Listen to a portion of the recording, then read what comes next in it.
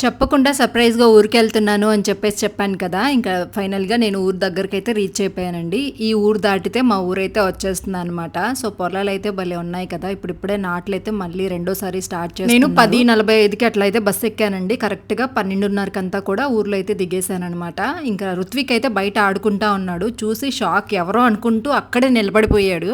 నా దగ్గరకు కూడా రాలేదనమాట. నేను ఆ టైంలో ఫోన్ తీసి స్టార్ట్ చేసేలోపు వాడు పరిగెత్తుకుంటూ వచ్చాడు. ఇంట్లో ఉంటారులే అనుకున్నా. బట్ వీధిలోనే ఉండటం వల్ల వెంటనే చూసేశాడు.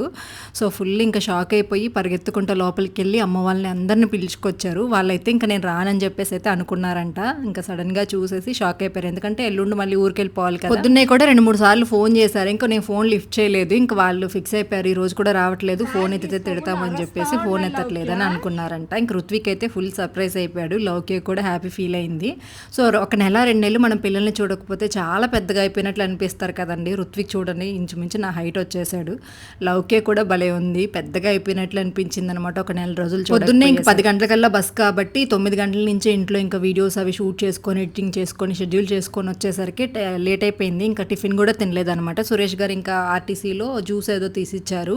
అది తాగాను. ఇంకా అంతే అనమాట. ఇంక బస్ దిగి వచ్చేసాను. 12:30 అయిపోయింది కదా! అమ్మ అప్పుడే వేడివేడిగా సాంబార్ చేసేసి అప్పడాలు కూడా వేయించింది. 12కంతా కూడా లంచ్ రెడీ అయిపోయి ఉంటది. నాకు తెలుసు మనకి ఎలాగో పొద్దున్నే తినడం అలవాట్లేదు కాబట్టి నేను ఉండగలను. ఇంక ఇంటికొచ్చి ఇంకా అప్పటికి బాగా ఆకలేస్తుంది. సాంబార్ చూడగానే అప్పడాలు అవి వేసుకొని తినేసాను. తినగానే నిద్ర వచ్చేసిందండి. ఫుల్ నిద్రపోయాను.